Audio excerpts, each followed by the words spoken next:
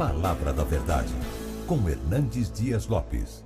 Irmãos queridos, vamos abrir a palavra de Deus no livro de Atos dos Apóstolos, capítulo 7. Atos 7, versos 8 a 16. Atos 7, 8 a 16.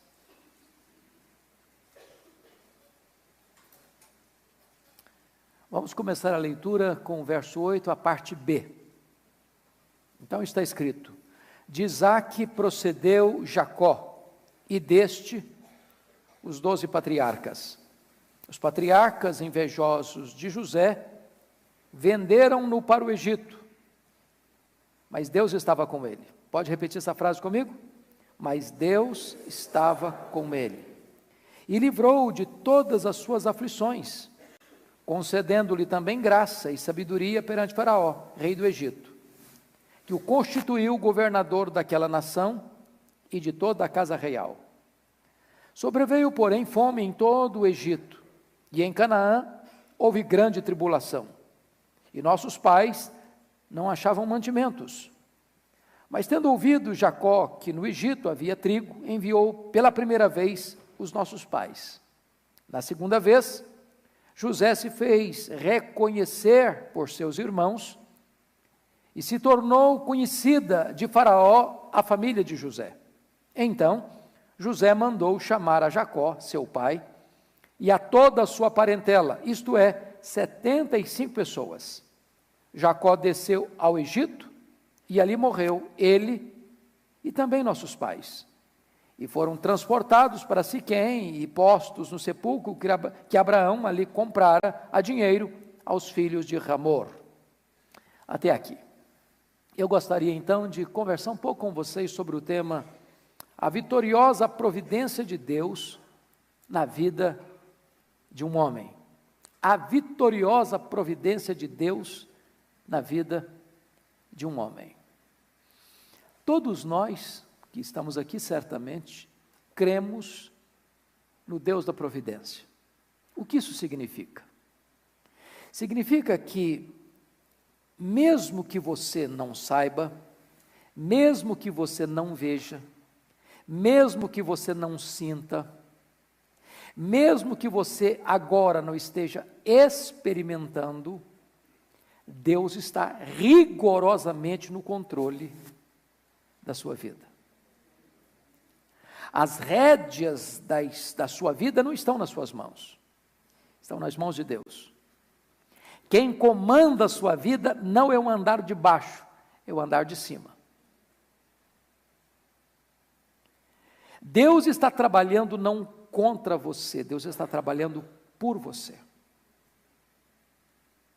Se você é um filho, uma filha de Deus, o final da sua vida já está escrito, já está decidido. É a glória. Agora, o percurso do começo da caminhada ao final da caminhada pode ter muitos vales, muitos desertos, muitas dores, muitas lágrimas, muitas lutas. Situações muito adversas poderão bater à sua porta. E se você não tiver uma compreensão de que Deus está no controle, de que Ele tem tudo nas mãos e de que Ele não perdeu o tirocínio da sua vida, o controle da sua vida, você corre o risco de ficar com muito medo, de desesperar-se da própria vida. Então hoje eu gostaria de trazer à sua memória esclarecida esse fato de que na vida de José, de forma tão eloquente, nós podemos ver essa verdade gloriosa da vitoriosa providência de Deus na vida de um homem. E José foi um indivíduo magnífico, foi fiel na adversidade e foi fiel também na prosperidade. Foi fiel ao seu pai, ele foi fiel ao seu patrão, ele foi fiel ao faraó do Egito, ele foi fiel sobretudo a Deus. Por isso, José talvez seja o mais eloquente tipo de Cristo em toda a Bíblia. Há 7 elementos que nos levam a essa conclusão. Primeiro, amado do Pai, odiado pelos irmãos. Segundo, vendido por 30 moedas de prata. Terceiro, desceu ao Egito em tempos de prova. Quarto, perseguido injustamente. Quinto, abandonado pelo amigo. Sexto, exaltado depois da aflição. Sétimo, chamado de Salvador do mundo.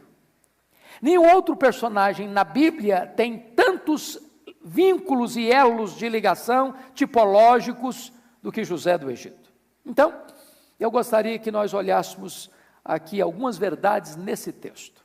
Primeira verdade, versículo 9. Os patriarcas, e os patriarcas aqui está falando dos 12 filhos de Jacó, os patriarcas, invejosos de José, venderam-no para o Egito, mas Deus estava com ele. Então, o primeiro ponto é esse: a presença de Deus conosco. A presença de Deus conosco. Deus não nos livra dos problemas, mas está conosco nos problemas. Preste atenção nisso. Os patriarcas invejosos de José venderam-no para o Egito. Ele está sendo alvo de inveja, ele está sendo alvo de ódio, ele está sendo vendido como mercadoria, a providência é carrancuda. Mas no meio dessa circunstância toda adversa, está escrito: mas Deus estava com ele. Então, eu queria que nós recordássemos um pouco como é que foi essa experiência. Em primeiro lugar, José enfrenta a dor do desprezo de seus irmãos. Porque a sua família era disfuncional, convenhamos. Toda família poligâmica é disfuncional, não é verdade? Jacó tinha 4 mulheres, tinha filho de todas as 4. E aí, é uma mistureba muito grande, não é?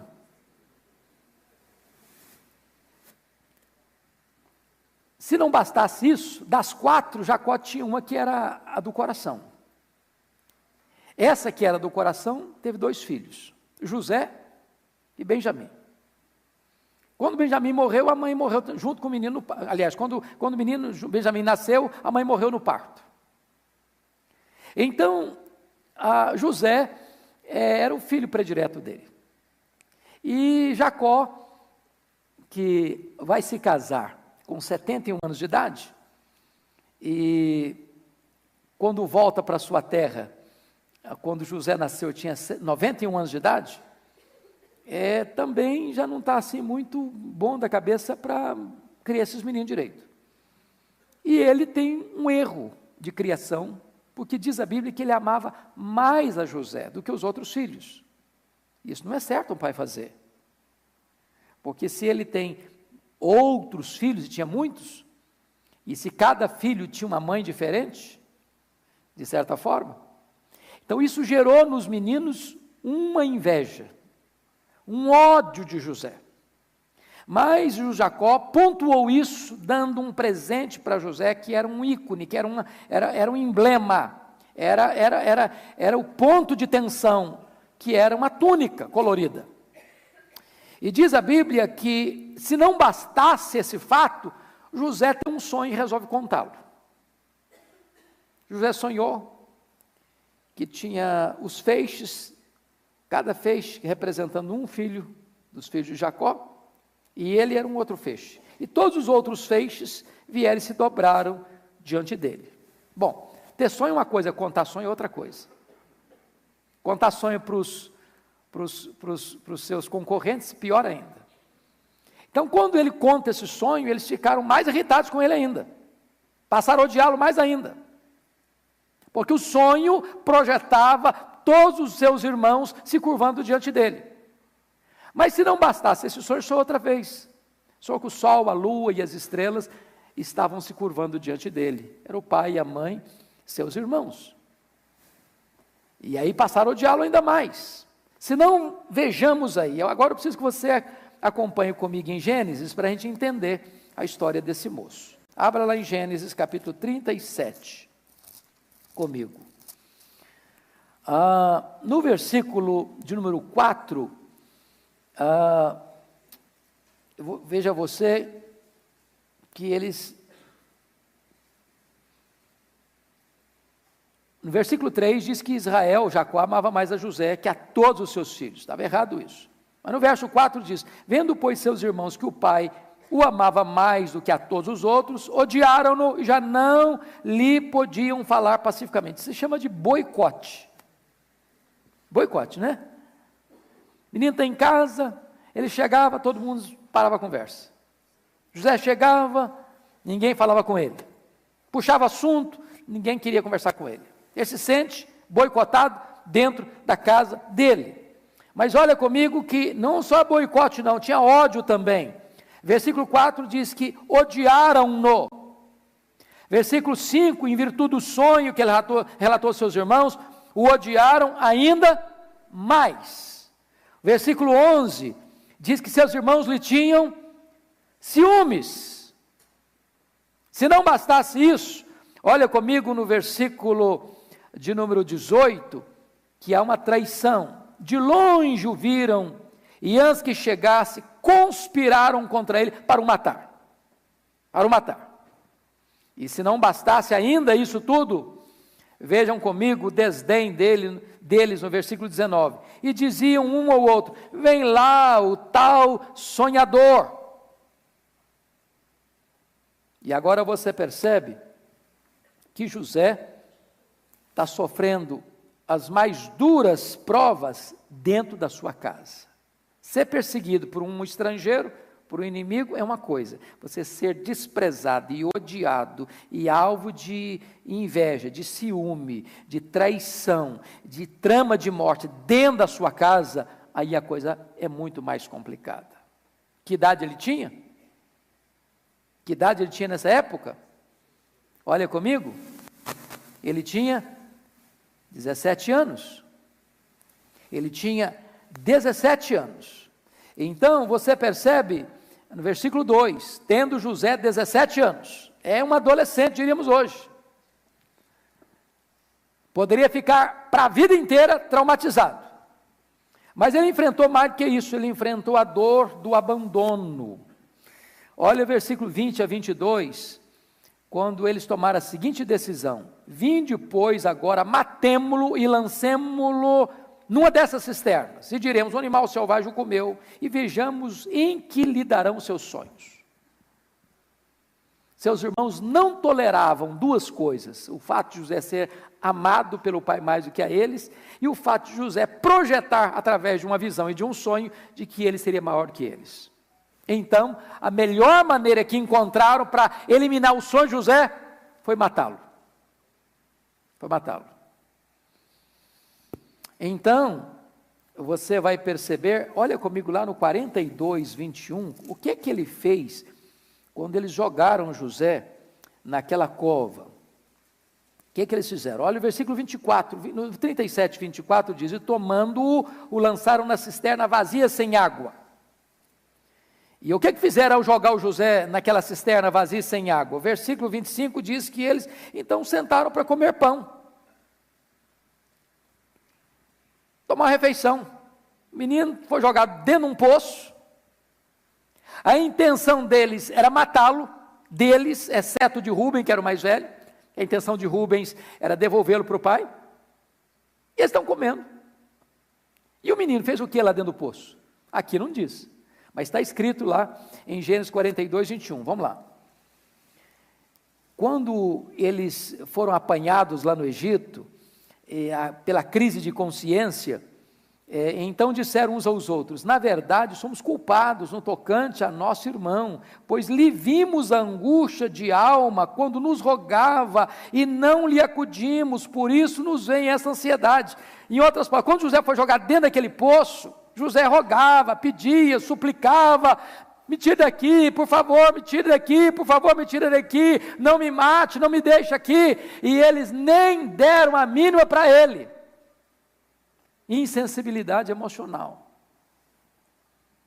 Abandono completo. Mas ainda, José é enfrentador de sentir-se um objeto descartável, porque volta para o 37 comigo, enquanto eles comiam, diz o versículo de número 25, que eles olharam e viram a caravana de ismaelitas que vinha de Gileade, rumo ao Egito com seus produtos. Então disse Judá a seus irmãos, versículo 26, de que nos aproveita matar o nosso irmão e esconder-lhe o sangue? Vinde, vendamo-lo aos ismaelitas. Judá pensou o seguinte, bom, o negócio é descartar o José. Agora, a gente pode descartar o José e ainda pegar uma grana. A gente pode acabar com a vida dele e ainda lucrar com isso. A ideia do Judá foi boa, pensaram todos. O Rúben não está presente. Mas então o que fizeram? Vendem José por 20 moedas de prata. Era uma boa grana na época. E vejam vocês que esse menino virou mercadoria. É o tráfico de escravos. É o tráfico humano. Ele vira um produto. Seus irmãos não têm qualquer sentimento de amor por ele, ao contrário, querem tirá-lo da frente deles. E agora, se você perceber, ele está se sentindo um objeto descartável. No 37, 27 e 28, foi o que fizeram. Versículo 28 diz, e venderam por 20 ciclos de prata. Mas olha comigo o 31. Então tomaram a túnica de José, mataram um bode e a molharam no sangue. Porque se o menino sumiu, eles vão ter que dar um relatório para o pai. Como é que eles descartam José chegando em casa sem ele? Eles pegaram um bode, mataram, não tinha DNA na época para fazer pesquisa, rasgaram bem a roupa dele, a túnica dele, nem vão lá, mandam a túnica para o pai. Olha aí, por favor. Então, versículo 32. Então enviaram a túnica talar de mangas compridas, fizeram-na levar a seu pai. Eles não foram. E lhe disseram, achamos isto, vê se é ou não a túnica de teu filho. Olha aí o desprezo, não de nosso irmão, teu filho. Mais uma vez ele é vítima da mentira criminosa de seus irmãos. Olha o 34. Então Jacó rasgou as suas vestes e cingiu de pano de saco e lamentou o filho por muitos dias. Mas se você olhar o 35, José é vítima de uma consolação falsa de seus irmãos. Levantaram-se todos os seus filhos e todas as suas filhas para o consolarem. Ele, porém, recusou a ser consolado. Agora preste atenção nisso, o que é drama de consciência? Quantos anos levou desse momento que eles venderam José para o momento em que eles foram a primeira vez no Egito? Vocês têm ideia de quanto tempo foi? Não? Foram 22 anos. José foi para lá com 17 anos. José foi feito governador do Egito com 30 anos. José governou 7 anos de grande fartura. Depois teve mais 2 anos de fome. Então, se você soma 13 com 7, 20, com mais 2, 22. 22 anos, eles contando uma mentira para o pai. 22 anos eles escondendo a verdade para o pai. 22 anos eles mantendo um falso consolo para o pai. 22 anos eles levando o pai a desistir de procurar o filho. 22 anos eles driblando a própria consciência. Mas José enfrenta a dor de viver sem identidade. Ele chega no Egito, como um menino de 17 anos, braços, corpo bom, braços fortes, bom escravo. E ele chega lá e ele é revendido. Ele chega lá sem nome, ele chega lá sem identidade, ele chega lá sem direitos, ele chega lá sem raízes, ele chega lá como um produto colocado numa vitrine, mão de obra, máquina de serviço, mercadoria humana, apenas isso. Mas ele enfrenta um outro problema. O problema da sedução sexual. Olha comigo, por gentileza, que idade ele tem quando chega no Egito? 17 anos. Agora pense comigo que esse rapaz, ele é seduzido pela sua patroa. Não devia ser uma mulher feia, não é verdade? Convenhamos. E não é que ele não reconheceu a beleza dessa mulher. Mas com 17 anos, um psicólogo diria assim, é tempo de autoafirmação. Um médico diria assim, bom, ele está na explosão dos hormônios. Um outro colega de 17 anos diria o seguinte, bom, ele precisa provar que é homem. Ele poderia dizer assim, bom, o apelo foi irresistível. E não obstante essas circunstâncias, ele ficou firme. Agora, olha comigo capítulo 39, versículo 6, que há uma informação curiosa aí. Parte final diz, José era formoso de porte e de aparência. O menino era capa de revista. Então a mulher também, ela olhou para o menino assim, adolescente, 17 anos, corpo de homem, porte de homem, bonitão, capa de revista, e ela botou os olhos nele, não no dia que ele chegou como escravo, preste bem atenção nisso. Quando ela botou os olhos nele, ele já era considerado pelo seu patrão, o líder da sua casa. Chefe da sua casa, Deus abençoando, o cara botava a mão, tudo dava certo. Aí o Potifar disse, olha, você é tão bom na administração que eu vou confiar tudo a você, eu só quero saber da comida que vem para a minha mesa, não quero mais nada, você toma conta de tudo. E o menino botava a mão e Deus abençoava, botava a mão e Deus abençoava. Quando essa mulher viu duas coisas nesse camarada, ele é bonito, e ele é inteligente, ele é bonito, e ele é articulado, ele é bonito, e o camarada tem liderança, ela botou os olhos nele. Então note isso. Terceiro lugar. Capítulo 39, versículo 1, ele foi levado para o Egito, estava longe da família. Se fosse hoje eu podia racionalizar assim, olha, mas ninguém me conhece aqui, eu posso fazer acontecer, eu sou um anônimo aqui. Não vai acontecer nada, não vou nem produzir escândalo. Longe da família, adolescente, bonito, longe da família. Quarto, ele era escravo, ele foi vendido, comprou dos ismaelitas, versículo 1. Ou seja, ele não é dono da vontade dele, ele não é dono da liberdade dele. Ele podia dizer, mas foi minha patroa manda em mim. Eu não tinha outra opção. Quinto lugar, ele foi tentado diariamente. Olha comigo o versículo 7. Aconteceu depois dessas coisas que José já era o líder da casa, e Deus estava abençoando a casa do homem por causa dele, aconteceu depois dessas coisas, que a mulher de seu senhor pôs os olhos em José e lhe disse, deita-te comigo. A mulher já vai direto no ponto, ela não fica só com flerte, não, ela vai direto ao ponto, vamos para a cama. E notem vocês, no verso 10, que aqui que entra o aspecto, falando ela a José quantas vezes? Todos os dias, e não lhe dando ouvidos. Uma coisa é a pessoa ser tentada de relance, a outra coisa é a pessoa ser tentada, e a tentação vem, e a tentação repete, e ela repete de novo, e vem no outro dia, e outro dia também, e ela vai crescendo, vai se avolumando. Lembra do Sansão? Quando ele foi se envolvendo com Dalila, e a Dalila foi entrando no jogo dele, ele foi abrindo o coração pouco a pouco, e daqui a pouco diz a Bíblia que deu-lhe uma impaciência de matar, e ele não aguentou mais e abriu tudo para ela. Esse é o caso aqui, deita-te comigo, deita-te comigo, deita-te comigo, deita-te comigo, deita-te comigo, deita-te comigo, e dia após dia, semana após semana, mês após mês. E diz o versículo de número 10, que não lhe dando ele ouvidos para se deitar com ela e estar com ela. Aí você percebe uma coisa, ela é patroa. Mas quando José percebeu que tinha um risco por trás, tinha uma intenção por trás, nem perto dela ele ficava mais.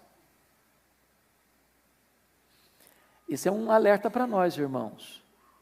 Tem hora que a gente cai em tentação, é porque a gente acha que a gente sabe a hora de parar e até onde pode ir. Nem você nem eu sabemos até onde podemos ir e a hora que devemos parar. A única maneira segura é fugir da situação. Porque se você for tentar administrar a situação, você naufraga. Aí olha a última cartada, versículo 11 e 12. Sucedeu que certo dia veio ele à casa para atender aos negócios, e ninguém dos de casa se achava presente. Então ela o pegou pelas vestes e lhe disse: deita-te comigo. Ele, porém, deixando as vestes nas mãos dela, saiu fugindo para fora. Então, pense comigo nessa situação. Ele então poderia justificar: bom, eu fiz tudo o que dependia de mim, mas eu fui agarrado. Esse moço preferiu estar na prisão com a consciência limpa do que estar em liberdade, na cama da patroa, com a consciência culpada. Por que ele não caiu? Por que ele não caiu? Olha a explicação que este homem vai dar. Primeiro, a consciência da presença de Deus na sua vida. 39, 2 e 3. O Senhor era com José, que via ser homem próspero, estava na casa de seu senhor egípcio. Vendo Potifar que o Senhor era com ele, e que tudo o que ele fazia, o Senhor prosperava em suas mãos. Ou seja, esse homem quer ser grato a Deus. Ele sabe que Deus é com ele, que Deus abençoa a vida dele, que Deus abençoa a casa do patrão dele por causa dele. E esse homem não quer desonrar a Deus, porque Deus tem sido generoso e fiel com ele. Segunda coisa, versículo 5. E desde que o fizeram mordomo de sua casa, e sobre tudo que tinha, o Senhor abençoou a casa do egípcio, por amor de José. Ele sabia da bênção de Deus em sua vida, e através da sua vida. Mas no verso 9 ele explica isso melhor. Vamos ler comigo a parte B do verso 9? Como, pois, cometeria eu tamanha maldade e pecaria contra Deus? Maldade contra quem? Pecar contra quem? Maldade contra o marido da mulher, pecar contra Deus. Por isso ele resiste. Mas esse homem enfrenta um outro problema. Ele suporta a dor da demora de Deus. Irmãos, às vezes quando ele está passando uma prova, assim, eu estou passando por uma grande prova, aí você pergunta: mas quanto tempo? Ah, uma semana. Uma semana de prova. Quanto tempo? Um mês terrível na minha vida, um mês. Sabe quanto tempo foi a prova do José? 13 anos. Sabe em que período? Dos 13 aos 30. Dos 13 aos 30, dos 17 aos 30 anos. Você está passando por uma prova assim? Ano após ano, ano após ano, odiado, alvo de ciúme, de traição, de inveja, de conspiração, se sentindo mercadoria humana. Mentem acerca de você, da sua integridade. Jogam você numa masmorra. Aí o José está lá, Deus abençoa o cara lá na cadeia, Deus abençoa o camarada. Mas aí ele é traído lá dentro da cadeia, ele decifra os segredos do copeiro do rei, mas o copeiro do rei não se lembra dele, ele é esquecido lá. Agora pense comigo a cabeça de um menino de 17 anos, que está lidando com essas provas todas, 13 anos, passando de problema em problema, de luta em luta. Diz: meu Deus, onde o senhor está? Por que o senhor permite isso? Por que o senhor não me tira daqui? Por que o senhor não me escuta a oração? Por que o senhor me deu um sonho lá no passado para me fazer sofrer tanto? Onde está o cumprimento dos meus sonhos? Onde está a tua promessa? Onde está o teu projeto na minha vida? Deixa eu dizer para você, às vezes a providência é carrancuda mesmo. Mas em tudo isso, o que é que diz lá em Atos? Mas o Senhor era com José. Mas o Senhor estava com José. Às vezes nós temos uma ideia de que quando Deus está conosco, não tem problema. Quando Deus está conosco, não tem luta. Quando Deus está conosco, não tem vale. Quando Deus está conosco, não tem justiça. Quando Deus está conosco, nada vai nos acontecer de mal. Quando Deus está conosco, nós não vamos enfrentar reveses na vida. Deus estava com ele, mas durante quantos anos? 13 anos. É problema em cima de problema, é luta em cima de luta. Então não reclame não, murmure não, Desanima, não. Não perca a confiança, não. Não ache que a coisa acabou, não. Deus está trabalhando, e trabalhando por você e não contra você. Mas, vamos ver o segundo ponto, olha comigo, agora volta lá um pouquinho, por favor, em Atos, capítulo 7, por gentileza. E vamos olhar aí o versículo 10 agora. 7:10. Olha aí comigo, por gentileza. E livrou de todas as suas aflições, concedendo-lhe também graça e sabedoria perante Faraó, rei do Egito, que o constituiu governador daquela nação e de toda a casa real. Então, o segundo ponto é esse: a intervenção de Deus por nós. A intervenção de Deus por nós. Deus não nos livra de sermos humilhados, mas nos exalta em tempo oportuno. Louvado seja Deus. O José foi humilhado por ser fiel. Fiel à sua família, fiel ao seu patrão, fiel ao seu Deus. Agora, Deus trabalhou na vida de José dando-lhe 3 coisas. Primeiro, consolação em seus problemas. Versículo de número 9, deixa claro isso. Os irmãos o venderam, mas Deus estava com ele. Segundo, libertação de seus problemas, versículo 10, e livrou de todas as suas aflições. O que significa livrou de todas as suas aflições, irmãos? Significa que ele não enfrentou a aflição? Que ele não passou pelo problema? Não, que ele passou pelo problema, mas não naufragou. Ele passou pelo problema, mas venceu. Ele passou pelo problema, mas não fracassou. Ele passou pelo problema, mas saiu dele. Porque às vezes a gente pensa que Deus só livra quando a gente não passa pela luta. Deus não livra você do problema, Deus livra você no problema.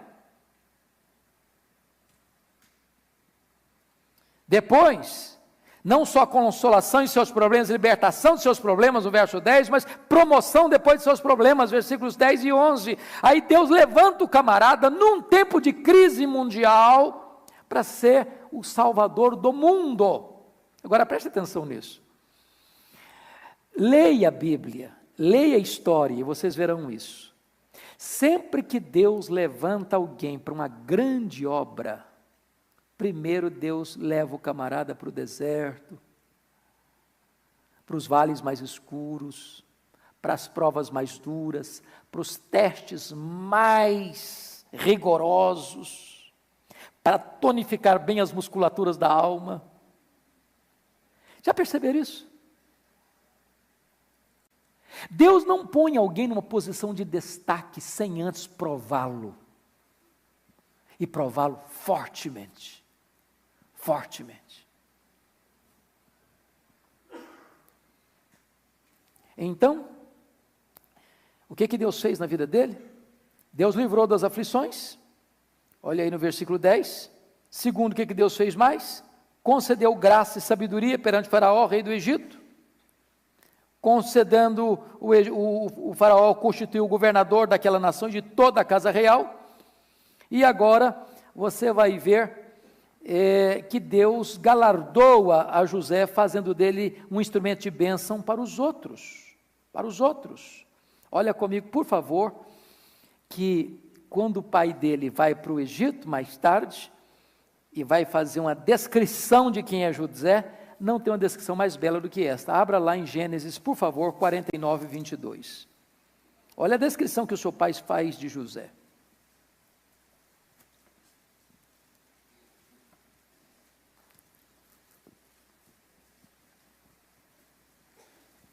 Você pode ler comigo o verso 22, vamos juntos? José é um ramo frutífero junto à fonte. Seus galhos se estendem sobre o muro. Preste atenção em 3 verdades aqui. Primeiro, ele é um ramo frutífero. Por que ele é um ramo frutífero? Porque ele é um ramo frutífero aonde? Junto à fonte. E quem é um ramo frutífero junto à fonte, sabe o que faz? Não abençoa apenas para dentro do muro, abençoa também para fora do muro. Se você quer ver Deus usando a sua vida para fora da sua casa, da sua família, da sua parentela, preste atenção nisso. Deus prova. Mas na medida que Ele prova, Ele faz de você um ramo frutífero. Mas Ele planta você junto à fonte, a fonte é o próprio Deus. E aí você vai ser bênção, não só para dentro da sua casa, você vai ser bênção para o mundo. Olha que coisa curiosa, Deus usou os irmãos de José para colocar José no caminho da providência. E Deus usou José para salvar a vida de seus irmãos. Deus já havia profetizado para Abraão, falado para Abraão, que a descendência dele iria para o Egito. Como? De que forma? De que maneira? A providência é carrancuda. Deus abre o caminho para o povo de Israel ir para o Egito, e os irmãos vendendo José como escravo para lá. Quem poderia imaginar que essa seria a forma de Deus cumprir o seu plano? Como José poderia imaginar que aquele ato tão cruel de ser desprezado, odiado pelos seus irmãos, usado como mercadoria barata para vendê-lo como uma mercadoria humana para o Egito, seria a providência carrancuda de Deus, para Deus cumprir o seu plano de levar aquela nação para o Egito, aquele povo para o Egito, e fazer dele um grande povo lá, e cumprir a promessa a Abraão. Então, vamos concluir com o último ponto, e eu serei mais breve. A graça de Deus através de nós. Versículos 11 a 16 retratam isso com clareza. O que acontece? O José interpretou o sonho do copeiro, do faraó na prisão. Agora o faraó tem um sonho, ninguém consegue interpretá-lo. O copeiro, tem um rapaz lá na prisão que o camarada é bom nisso. O faraó mandou chamar. E aí o José interpreta o sonho do faraó, que eram 2 sonhos, mas um único sonho. E esse sonho revelava para Faraó que haveria 7 anos de muita fartura, de muita prosperidade, de muitas colheitas, de muita sobra de alimento que precisava ser guardado, porque viria 7 anos de muita seca, de muita fome, de muita carência, e o Egito haveria de ser então o celeiro do mundo. Aí José diz: Faraó, você precisa escolher um homem que administre esse projeto para você, para que você então, nesses 7 anos de fartura, possa plantar muito, possa colher muito, possa fazer celeiros, possa armazenar comida, porque o mundo vai passar 7 anos de fome, e esse alimento precisa ser guardado para que possa suprir a necessidade do mundo. E o faraó diz: mas tem alguém melhor do que José? E o faraó constitui José em governador do Egito. E o projeto de Deus se cumpre. E agora eu queria que nós lêssemos 3 versículos da Bíblia para entender isso. Gênesis 45, 5, olha aí comigo. Olha o que José diz para os seus irmãos quando se dá a conhecer a eles. 45, 5. Eu queria que todos vocês lessem comigo. Vamos juntos? Agora, pois, não vos entristeçais, nem vos irriteis contra vós mesmos, por me haverdes vendido para aqui, porque para a conservação da vida, Deus me enviou adiante de vós. Preste atenção num homem que entende que Deus dirige o seu destino. Quando ele se revelou para os seus irmãos, eles ficaram desesperados, com medo de vingança, com medo que seu irmão fosse matá-los, com medo que seus irmãos fizessem algum mal para eles. Começaram a discutir entre eles. Fiquem calmos, fiquem tristes não. Vocês erraram, mas vocês estavam apenas cumprindo um projeto de Deus. Olha como Deus é maravilhoso, irmãos. Mesmo quando o homem peca, o plano de Deus não pode ser frustrado. Segundo versículo, 45, 8. Vamos juntos comigo? Vamos lá? Assim não fostes vós que me enviastes para cá, e sim Deus que me pôs por pai de Faraó, e senhor de toda a sua casa, e como governador em toda a terra do Egito. Olha que entendimento magnífico. Não foram vocês, foi Deus. Qual foi a providência que Deus usou? Carrancuda. Deus mandou para o Egito não de carruagem de ouro, não com bandeiras e bandeirolas à sua frente, um exército marchando à frente dele, uma banda tocando atrás. Deus o mandou para o Egito, Deus o levou para o Egito de uma maneira tão dolorosa. Mas ele agora entende o projeto de Deus na sua vida. Mas olha, finalmente, esse é um dos textos mais sublimes de Gênesis, capítulo 50, versículo 20. Vamos juntos, todos nós, por favor. Vamos juntos? Vós, na verdade, intentastes o mal contra mim, porém Deus o tornou em bem, para fazer, como vedes agora, que se conserve muita gente em vida. José não é inocente a ponto de pensar que a motivação dos seus irmãos ao venderem para o Egito era boa, não era boa, mas Deus não fica dependente do homem para cumprir os seus planos, e apesar de eles terem tentado o mal contra José, Deus transforma aquilo em bem, para um projeto muito maior, para que a vida de muita gente fosse preservada naquele tempo de fome. José ainda mais, não só isso, José decide perdoar seus irmãos em vez de se vingar deles.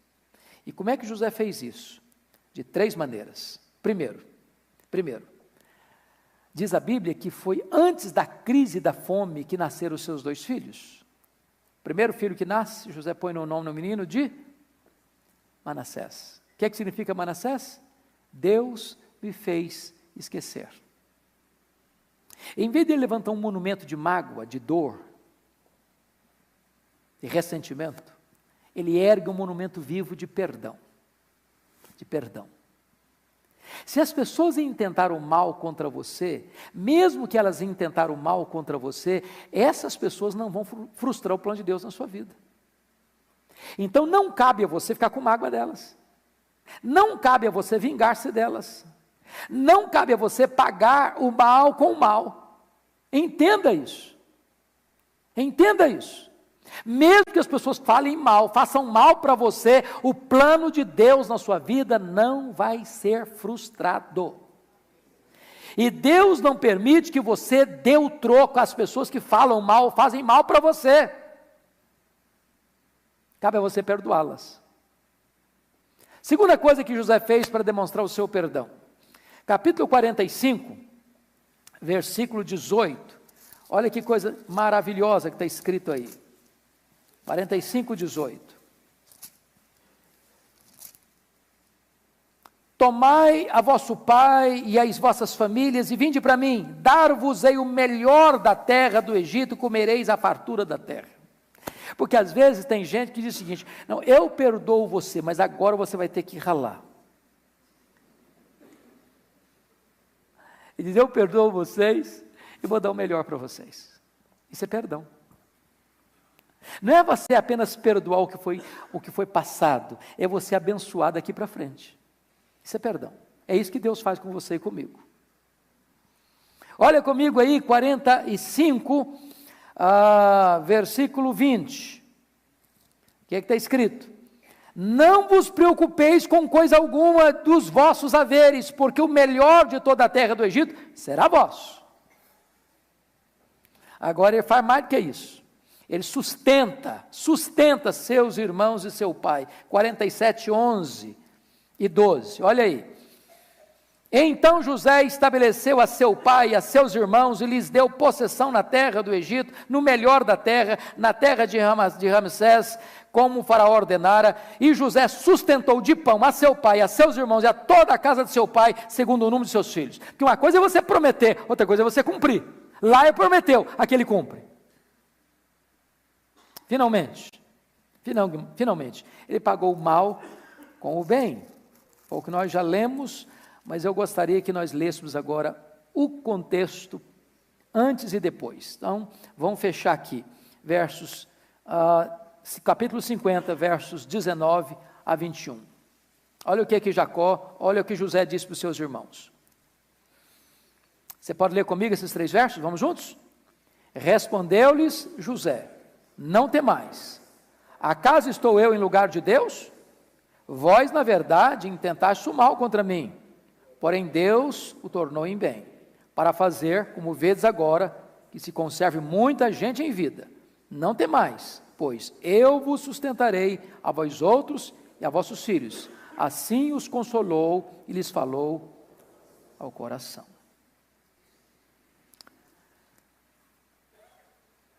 Como é que você reage quando alguém fala mal de você ou faz mal para você?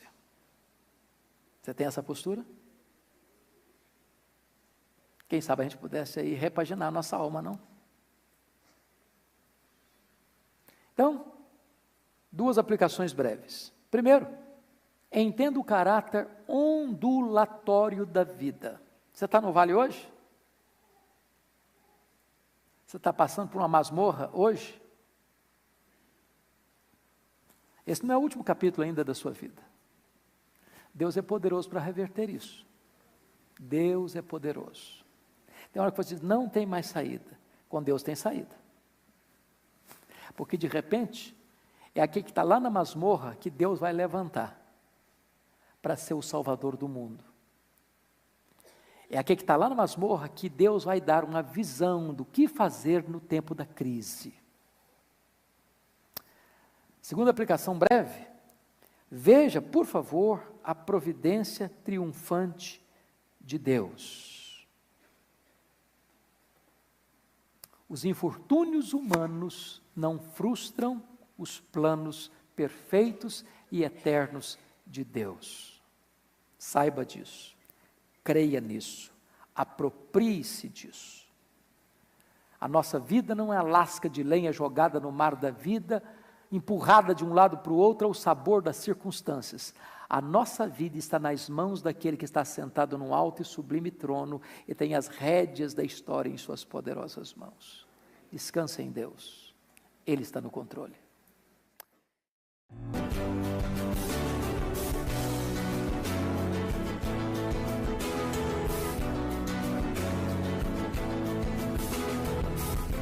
Palavra da Verdade, com Hernandes Dias Lopes.